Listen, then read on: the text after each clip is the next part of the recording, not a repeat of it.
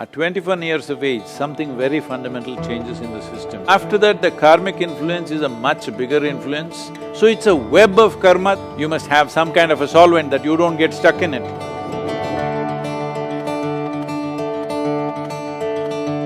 Thank you, Sadhguru. So, following along the previous thoughts that you expressed about the memory, is this the genetic memory that dominates, or is the karmic memory that dominates? Because I seem like I have both inputs coming into me. I don't know which one is… Well, the genetic memory has a certain level of significance till you're 21 years of age. At 21 years of age, something very fundamental changes in the system, that the genetic memory becomes less dominant, it just starts playing minimal role.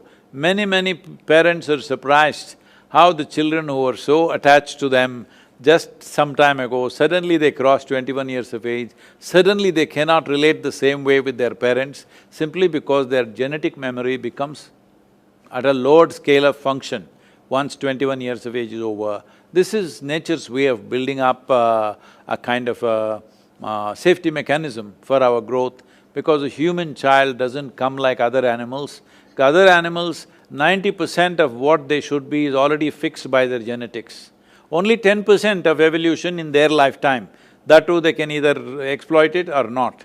But with a human being, only 10% is fixed, 90% is left to individual human being.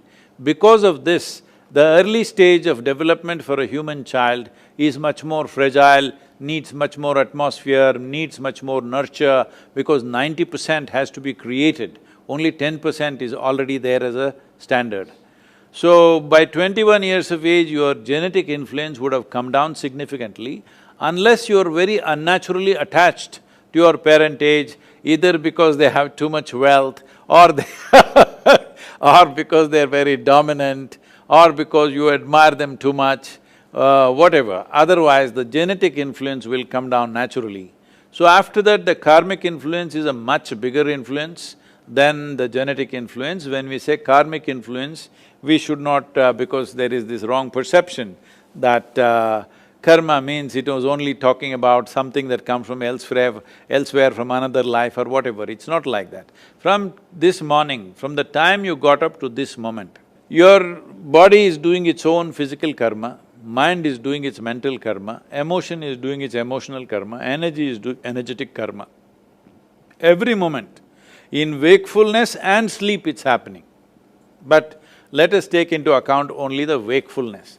From the moment you got up till now, how much of these four aspects of karma have you performed consciously? If you look at it, I don't want to ask you the question, I would normally ask, but with you are all doctors, I won't ask you the question, I will just say this, you please analyze this yourself. Not even 1%, way below 1% is what you're conscious of. Everything else is happening unconsciously. Or in other words, instead of using the unconscious word, which is a kind of a negative word, let's say you're happening automatically. You're happening automatically because of the karmic memory. You have so much memory that you don't have to really think. You don't have to think how to eat. See, when the first time as a child, eating was such a big thing, you know, especially Indian food, it was falling all over you. But today, very efficiently you eat, but you don't think exactly how to hold the food, what to do, because this memory has been built up with your karma. Karma means action. These four dimensions of action are always building things up to make life easier for you, not to entangle you. So it's a web of karma that you create. But when you create a web, you must have a certain, you must have some kind of a solvent that you don't get stuck in it. Suppose you are a spider, you create a beautiful, spectacular web. It is for others to get stuck in it, some other insect.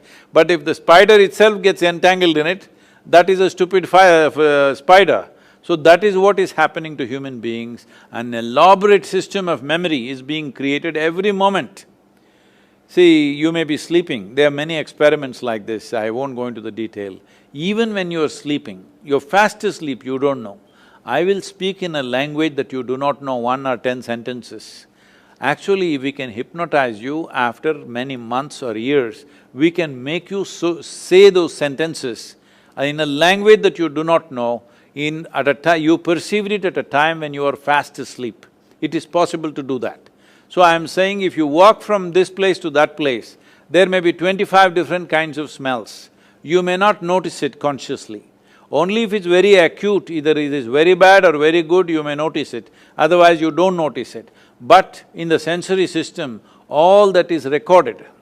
So without knowing why, without actually mentally or intellectually articulating it, you just don't like to go to certain places. Maybe it's the smell, maybe it's the vision, maybe it's the sounds, maybe it's just the energy there, whatever it is, your four dimensions of karma, physical, mental, emotional and energetic karma, is always building an elaborate and spectacular web for you. This web is not to trap you, this web is to make life automatic so that many things you don't have to think. Just like that you can do it because it's in your karmic memory.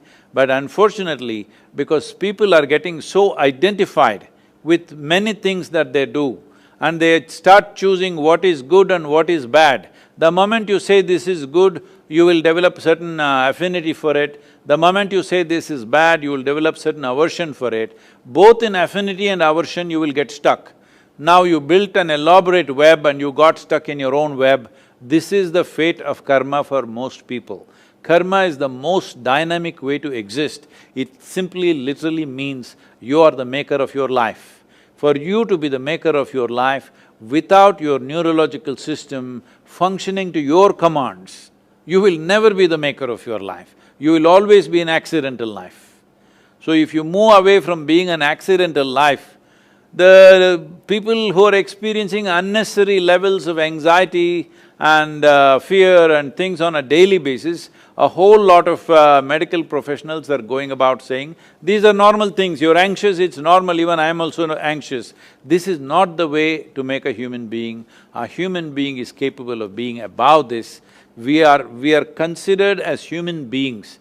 We did not use the word being for any other creature. We don't call an elephant being, a tiger being, an ant being or something like this. We only called humans as beings because you are capable of being. That means you are capable of conscious existence.